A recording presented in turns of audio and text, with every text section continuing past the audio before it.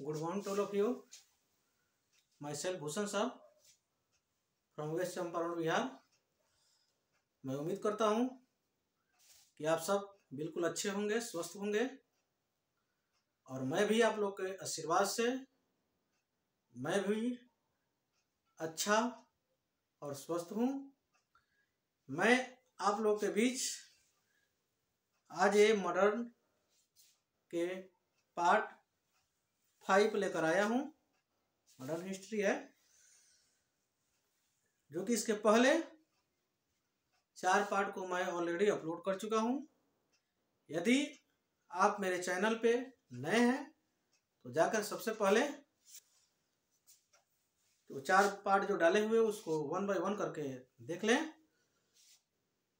और साथ ही साथ मेरे चैनल को सब्सक्राइब कर लें, लाइक करें और अपने दोस्तों अपने रिश्तेदारों के बीच में शेयर करें ताकि सभी लोग इस का फायदा उठा सके।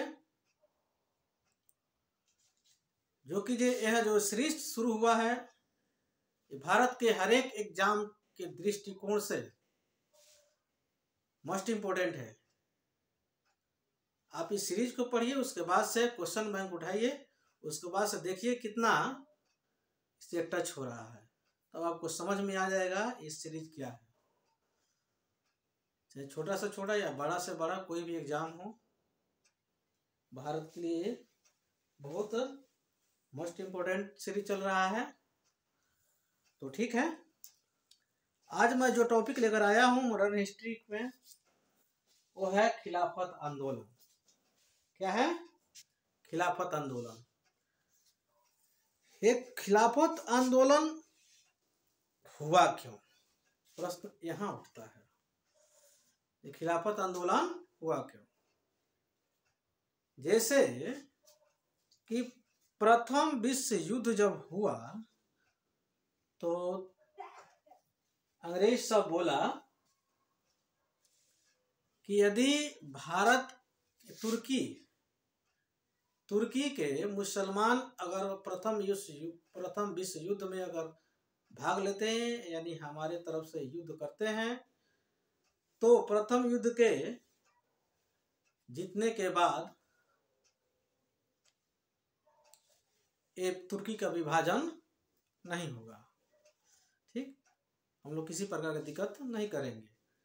लेकिन हुआ क्या, जैसे प्रथम विश्व युद्ध हुआ और होने के बाद सपोर्ट तो मुसलमान लोग किया लोग, लेकिन जैसे प्रथम विश्व युद्ध समाप्त हुआ उसके तुरंत बाद एक तुर्की का विभाजन कर दिया गया। अब तुर्की का भी विभाजन करने का रीजन था क्योंकि तुर्की जो जगह था वहां पर मुसलमानों के बहुत ज्यादा बस्ती थी, जहां पे अगर अंग्रेज चाहता अपना शासन जमाना तो उतना जल्दी से जमा नहीं सकता था। तो वहीं अंग्रेज सब का राजनीति यही था, जब फूट डालो और राज करो। तो सोचा जी अगर तुर्की को हम विभाजन कर देते हैं तो आराम से तुर्की पर भी हम शासन कर सकते हैं। तुर्की का विभाजन कर देता है सब। उसके बाद से इसके आवाज उठाते हैं 2 आदमी। सबसे पहले इसका विरोध करते हैं खलीफा, जो तुर्की का जो खलीफा जो मुसलमानों में जो मेन मुखिया होता था उस समय उन्हीं को खलीफा कहा जाता था। तो उसका वो विरोध करते हैं। उसके बाद से खिलाफत आंदोलन सबसे पहले शुरू करते हैं मोहम्मद अली और शौकत अली। सबसे पहले ये लोग तुर्की में इसका आंदोलन करते हैं लोग।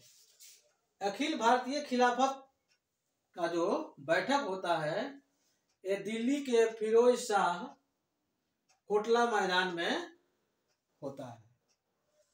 ठीक, 23 नवंबर 1919 को जो खिलाफत आंदोलन के अध्यक्ष था कौन कर देते हैं? महात्मा गांधी कर देते हैं। अब बताइए आप ही लोग, अगर जिसका अध्यक्ष महात्मा गांधी जैसे आदमी, तो क्या वो संभव है जो परास्त होने वाला है?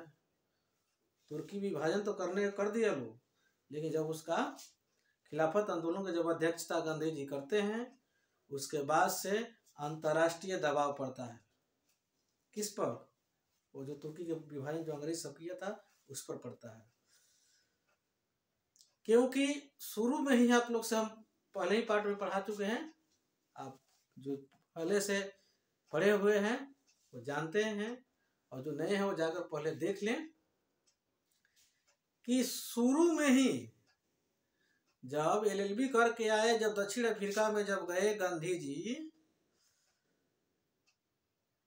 उसी समय से इनका दक्षिण अफ्रीका, लंदन, इंग्लैंड वगैरह इनका पूरा वर्चस्व था, क्योंकि बहुत से सारे उस भारतीयों के लिए आवाज उठाए थे, और उसमें वो जीत, अच्छा खासा उनका जीत हुआ था, जिससे चलते पूरा ये चर्चा में थे, देश विदेश में इनका चर्चा था।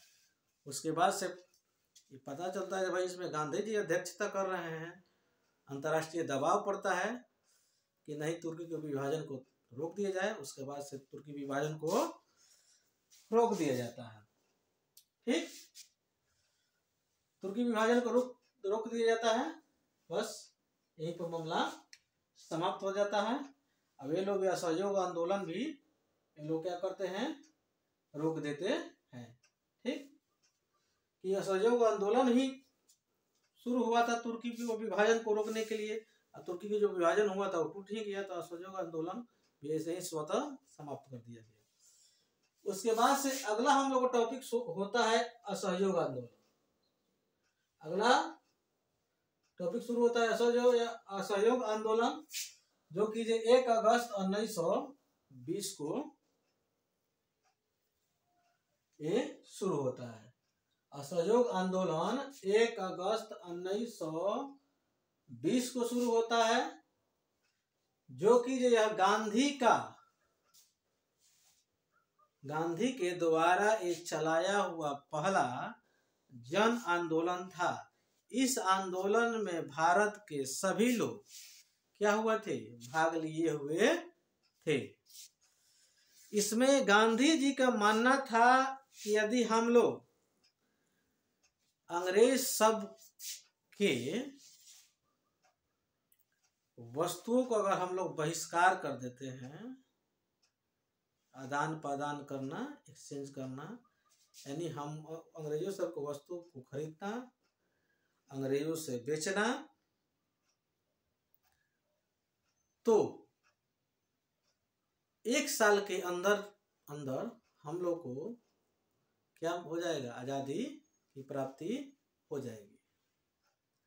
अब इन्हीं को बात को लेकर भारत में जो भी लोग थे, जैसे जो वकील जो थे, वो वकालत करना छोड़ दिए,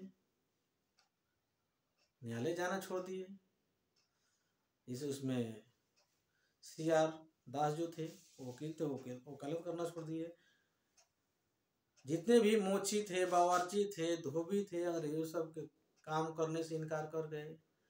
जो भी अंग्रेज के विद्यालय में भारत के बच्चे जाते थे, उनके बच्चा विद्यालय जाना बंद कर दिए, जिससे अंग्रेजों सब को काफी हानि होता है। अंग्रेज सब के काफी हानि होता है। अब इसमें गांधी जी एक नारा दिए थे, 1 वर्ष में स्वराज का नारा गांधी जी द्वारा दिया हुआ था। उस समय वायसराय कौन था? चेम्सफोर्ड था। कौन था? चेम्सफोर्ड था।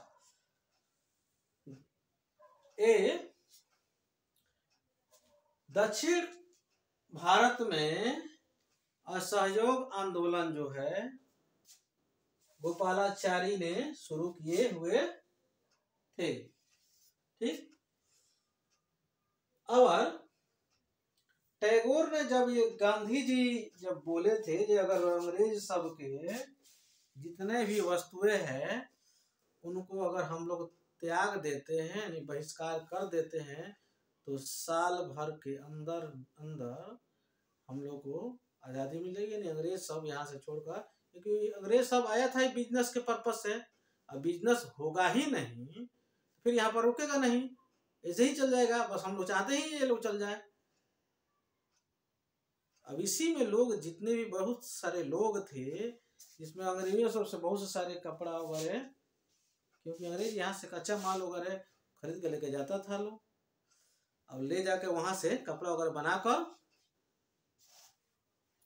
फिर वापस यहाँ पर लाकर उसको बेचता था सब।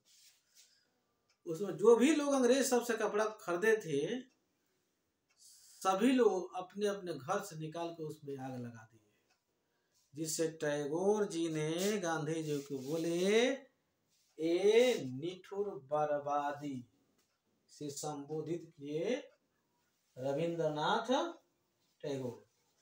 ठीक, इसमें इसी असहयोग आंदोलन के दौरान मौलाना मजरुल हक ने पटना में सदाकत आश्रम की स्थापना करते हैं। ठीक, उसके बाद से उसमें ये जो असहयोग आंदोलन जो गांधी जी जो शुरू किए थे उसमें उसका विरोध दो आदमी करते हैं, CR दास और मोतीलाल नेहरू। इसका क्या करते हैं, विरोध ये लोग करते हैं। लेकिन बाद में फिर से ये लोग शामिल इस आंदोलन में हो जाते हैं, इन लोगों को समझ में आ जाता है जहां ऐसे करना सही है। अब इसमें होता क्या है कि इसमें सबसे पहले जो है इस आंदोलन यानी सहयोग आंदोलन में पुरुष में कहा जाए तो CR दास। कौन? CR दास सबसे पहले सहयोग आंदोलन में गिरफ्तार होकर जेल जाते हैं। और महिला में कहा जाए तो बसंती देवी जेल में जाती है, उनको पकड़ कर लेकर जाया जाता है, महिला में जो थी। अब क्या होता है जे कहीं कहीं देखिएगा 4 फरवरी भी रहता है, कहीं कहीं 5 फरवरी 1922 जो गोरखपुर के जो चौरी चौरा कांड है ये होता है। तो ऑप्शन में हम लोग को देखना पड़ेगा, अगर 4 होगा तो 4 फरवरी अगर होगा तो 5 नहीं होगा, ऑप्शन में 5 होगा तो 4 नहीं होगा। लेकिन किसी किसी बुक में 4 फरवरी दिया रहता है, किसी किसी बुक में 5 फरवरी। तो लेकिन मोस्ट इम्पोर्टेंट है 4 ही फरवरी। अक्सर मैंने बुक में देखने को 4 ही फरवरी को मिलता है। गोरखपुर का जो चौरी चौरा कांड 4 फरवरी 1922 को घटित होता है। इसमें होता क्या है कि गांधी जी चले जाते हैं गुजरात, तब तक कुछ गरम दल के नेता है जो कि आंदोलन कर रहे थे। तब तक गोरखपुर जो स्टेशन है उसी के पास में चौरी चौरा एक जगह है, वहीं पर एक थाना पुलिस चौकी है था, अभी भी वो है। वहां पर जो जितने भी पुलिस कर्मी था सब अंग्रेज था सब। तो उसमें कुछ यंग पर्सन युवा वर्ग के दल उस उधर से गुजर रहा था, तब तक अंग्रेज सबसे बकझक हो जाता है। अब ये अंग्रेज सब की संख्या वहां पर थाना में कम रहता है, ये लोगों की संख्या ज्यादा रहता है। अब ये लोग ईटा पत्थर चलाना शुरू कर देते हैं। अभी सब भयभीत होकर क्या करता है, सब अंग्रेज सब एक कमरे में घुस करके अंदर से ताला लॉक कर देता है। सब बुझता है सब हम लोग अंदर एकदम बिल्कुल सेफ है। अब उसी में कुछ ये लोग आतंकवादी टाइप के वो लोग जाते हैं लोग और मिट्टी के तेल लेकर आते हैं लोग और उस थाना पर छिड़क देते हैं लोग, उसमें आग जला देते हैं। जैसे आग जलता है और उस आग में 20 ठो पुलिसकर्मी अंग्रेज जलकर मर जाता है सब। अब इसमें भयंकर ये बवाल हो जाता है। ठीक, अब ये बात पता चलता है गांधी जी को। गांधी जी तो थे गुजरात।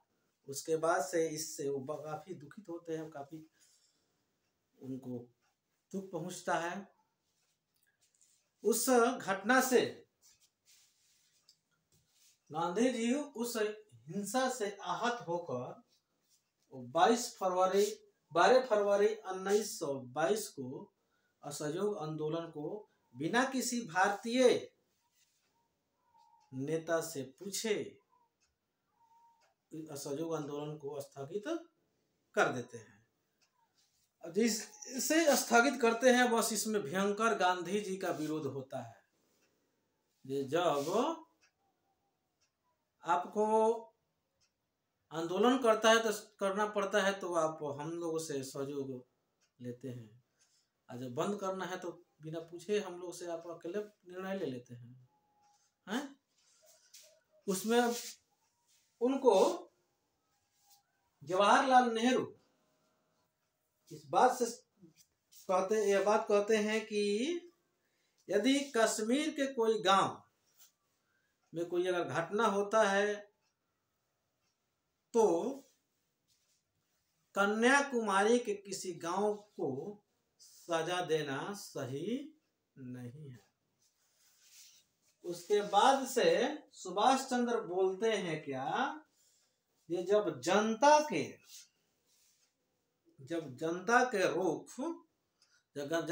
रुख जब पूरा चरमो सीमा पर था तो गांधी जी द्वारा असहयोग आंदोलन को समाप्त कर लेना, वापस ले लेना, ये सबसे बड़ा मूर्खतापूर्ण कदम था।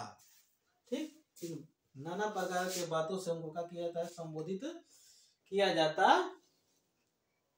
है। ठीक, अब उसके बाद से 10 मार्च